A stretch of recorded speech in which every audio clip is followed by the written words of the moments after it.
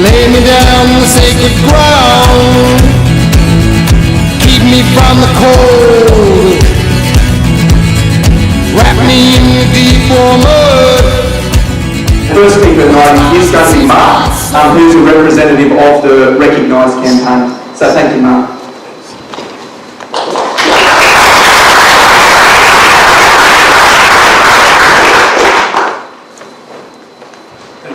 Thank you.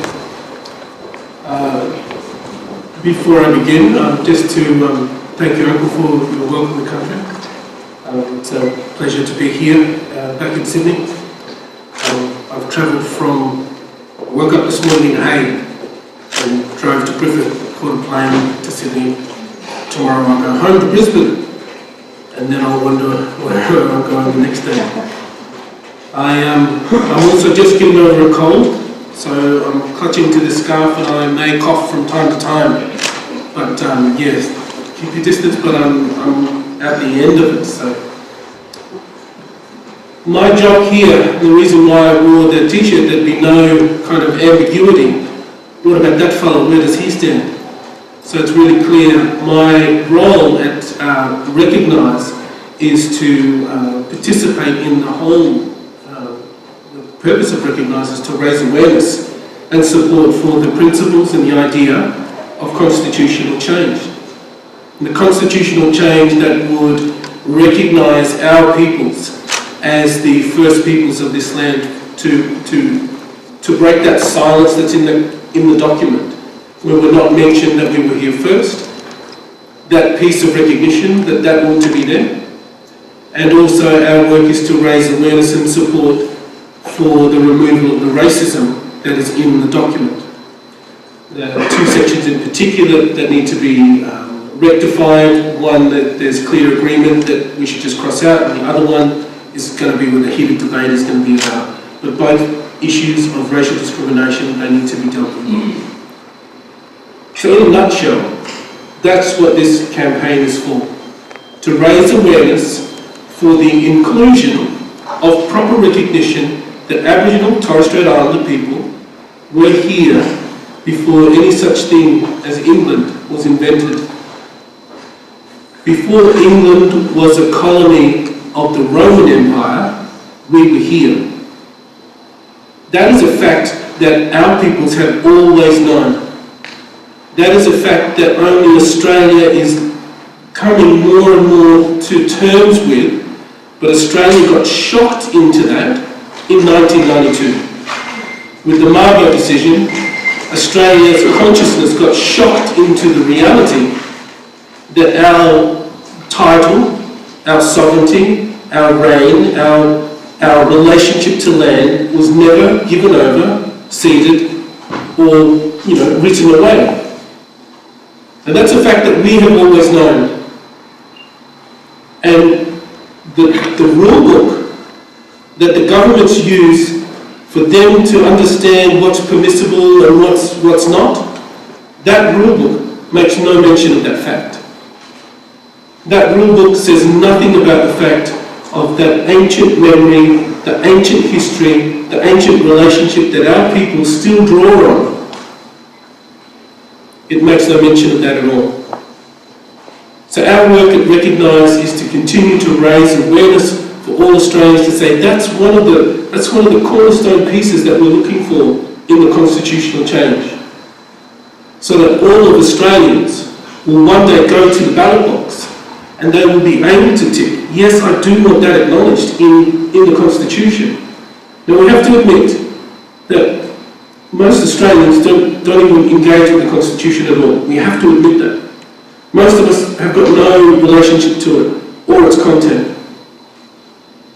But the fact is that the way that the governments operate is written out there and laid out there in that document.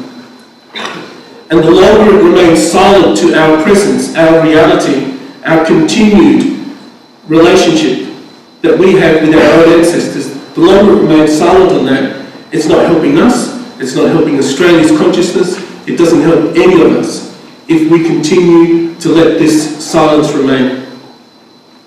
So that's the recognition piece. That's why that's so important.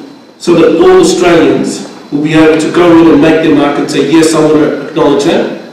I want that to be known now, and I want our children to grow up in the Australia where the Constitution of Australia says that blackfellas were here first. So that's the first part.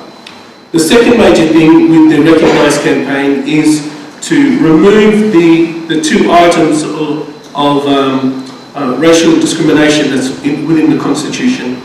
One of them, you may or may not know, is Section 25. Section 25 states that the state government can ban a particular race from voting in a state election. This is not just specific to Aboriginal people, this is for all kinds of peoples. It was thought of back in the time when the Constitution was first put together. They thought it was a good idea back then to control the lesser races. This is a fairly good argument that they were having when they put the first Constitution together, and they said, wait a minute, what if there's too many Indians, Asians, blacks, Afghans, and we need the system to control that. And someone said, no, I've got a good idea. Why don't we have a state power that can ban a particular race from voting in a state election? Great idea, let's do that. So back in 1899, 1900, they thought that was a good idea. You and I now live in 2015, and we know that that is a ludicrous power for a state government to have. No one would use that. And yet it remains there as a painful echo of our racist beginnings. And we can't, as a nation, let that just ripple through and say, yeah, look, we're not racist, but we still want to retain a power for the, to ban particular races. So that's got almost universal agreement. We want to cross that out. We want to get rid of that. The other section that has racial discrimination that needs to be worked on is a section called Section 51, which outlines a lot of the powers of the Commonwealth. And Section 51, Part 26, that section says that the Commonwealth has the power to make special laws for any race. Again, not excluded to Aboriginal people. It could be for any race. Now that power doesn't have to be used in the positive. It could be used in the negative. It is a power that the Commonwealth has to use for any race of people in Australia, for the positive or negative. It's up to the way the government wants to do it. Now, of course, there are other protections around that. There is a thing called the Racial Discrimination Act, but our people will tell you the Racial Discrimination Act is an act of Parliament, and acts of Parliament can be suspended in order for people to run racial discrimination in terms of laws. We've seen that. So we need to fix this up. And this is where most of the debate is going to be for the next 12 months or so. In the conventions, people have heard about the conventions and the conferences and the arguments about whether there should be Aboriginal and Torres Strait Islander only ones, or the Prime Minister has stated that he doesn't want to fund those ones, he wants to fund national ones. Irrespective of that, these national conversations, this is the time now when the hammering out of the words for the model, the hammering out of the words for the question, the model, this is where the stage is at now.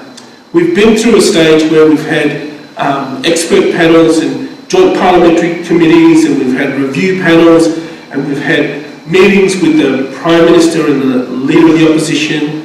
We've had those opportunities to say, okay, that's enough now. We've got a bit of an idea about what this might look like, perhaps. What is it actually going to look like? What is the actual thing we're going to vote on? That's going to be hammered out by Australians for the next 12 months at convention, conference, convention, conference. And then it'll get a point to where it could be workable for all of us. Now this is the key thing that we need to be thinking about if we're looking at what constitutional recognition could mean for us. Is that we've got the desire, as Aboriginal and Torres Strait Islander people, to make it as strong as possible. And we know that there are forces in Australia that are against making it as strong as possible. So over the next 12 months, thousands of Aboriginal and Torres Strait Islander leaders will be working on trying to make that wording as strong as possible for our people.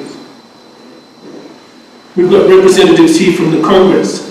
They'll be working on trying to make that as strong as possible for our people. There'll be representatives from land councils and all kinds of organisations who'll be wanting to make it as strong as possible for our peoples. And they will have alongside them all kinds of Australians wanting to make this as strong as possible for us as a country. Because we don't want to go through a process like this and then come out with something that looks so mild and meek that it was hardly worth the effort in any case.